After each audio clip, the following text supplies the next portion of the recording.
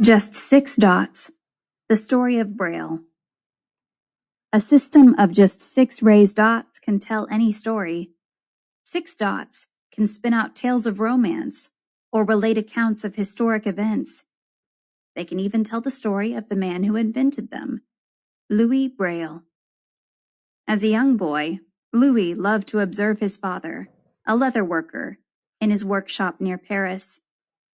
Louis would gaze with eager attention as Simon René Braille transformed unfinished leather into fine harnesses for horses. One day when he was 3, Louis grabbed an awl and a strip of leather.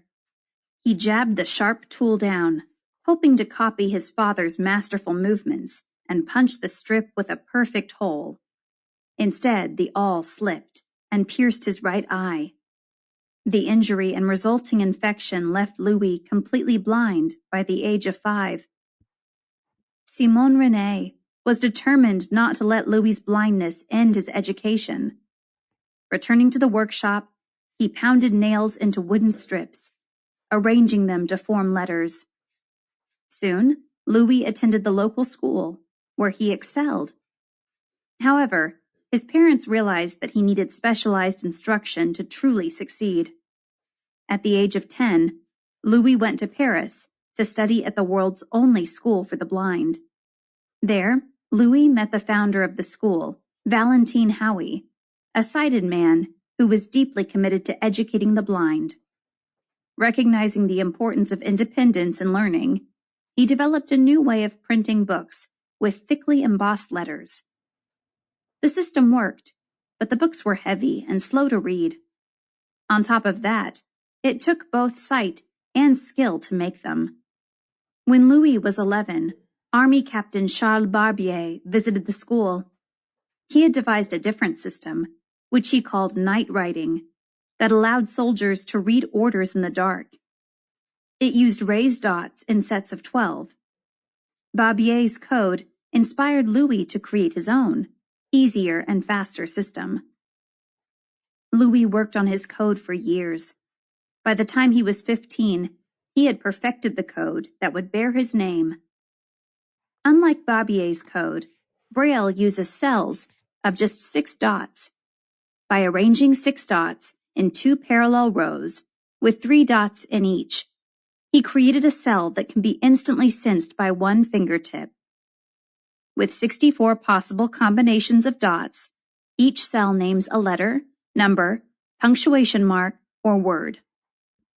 The director of Louis's school was so impressed with the invention that he encouraged all of the students to learn it. Louis published the first Braille book in 1829. Blind students can now read with ease. They could also write, using a pointed tool called a dot stylus. However, Braille did not gain wider acceptance right away.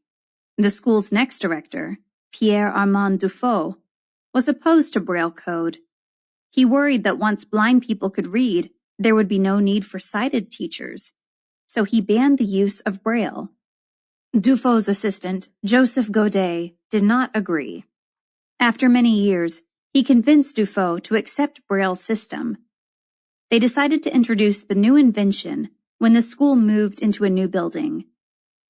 At the dedication ceremony on February 22, 1844, Godet read aloud a 15-page book that told the crowd about Louis Braille's accomplishment. Then, he sent one student out of the room and asked another to use the code to write down a poem. The first student came back into the room and read the poem perfectly. The crowd was amazed, and some suspected a trick. One man guessed that the first student had memorized the poem before the ceremony. He took a theater ticket out of his pocket and challenged the students to repeat the demonstration with information from that paper. When they performed the task one more time, even he was convinced. On that day, the world accepted what Louis Braille already knew. Just 6 raised dots can contain the passion and power of language.